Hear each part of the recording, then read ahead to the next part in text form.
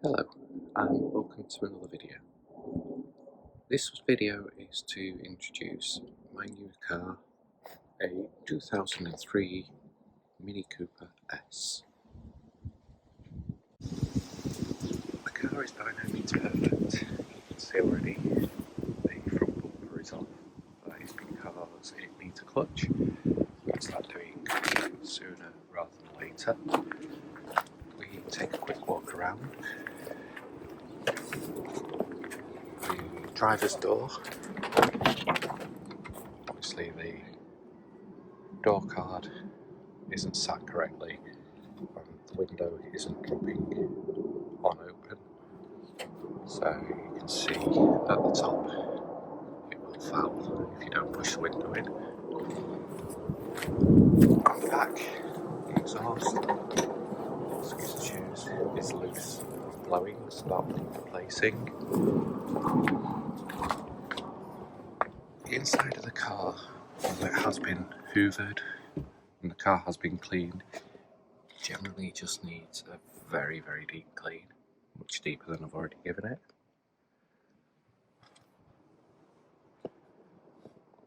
And there are a few other little bits and pieces that will need to be done. So one of the other jobs that needs to be looked at is getting the stereo working, supposedly a D8V1, but I cannot get it to tune into anything. And we've got the standard sagging roof liner. In the Minis, it seems to be quite a common problem on them. They're 20 years old. And the other issue I have is the dipstick is broken, so we getting a new one of those, probably from Model Mini or something similar. And the last thing that needs a bit of attention are the headlights, which probably just needs a bit of a polish. Other than that, other than those problems, the car actually drove really nicely on the way home. I was very happy with it. Felt nice and quick, just drove really well. And today I'm going to try and get the gearbox off so I can have a look at the clutch and work out exactly what is required and whether or not it's going to be a dual mass or a single mass flywheel in there. I'm not sure, there's no evidence of it having a clutch previously. The car's got 101,000 miles on the clock, so let's see how this goes. Well, it's the end of a long day. Got a boot full of parts.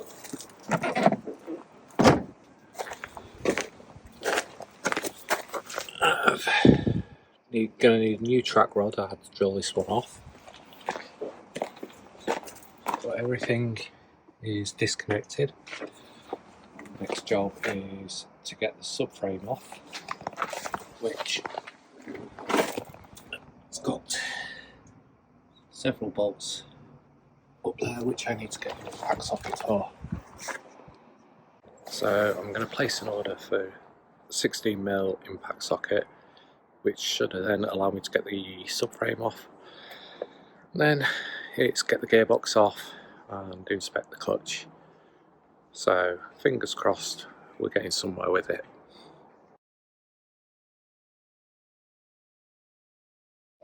This is just a quick update. After a day of miserable weather, I decided to come out and just spend an hour or so trying to clean some of the grot off the front of the engine.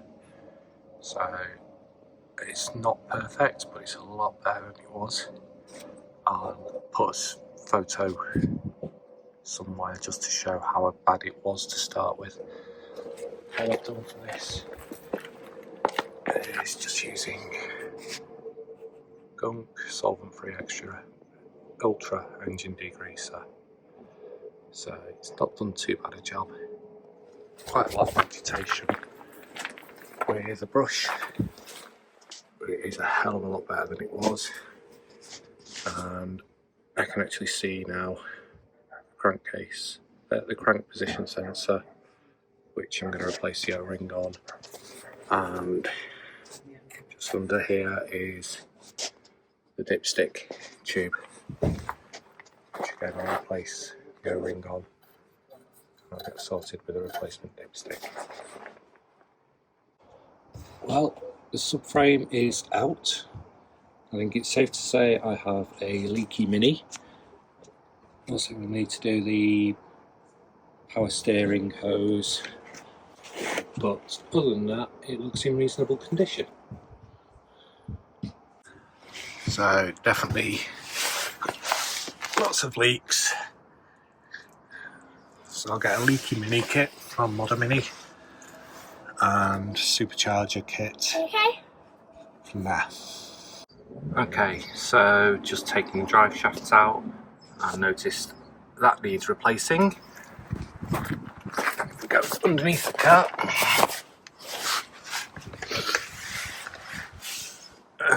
if we watch this one, I think that needs replacing. More joy. Well, things have just taken a slight turn for the worst. Trying to undo the clutch slave cylinder, and there is one bolt, there is the other bolt, and you can see in the top the remains of one bolt. So that's going to be fun while the gearbox is off to get those out.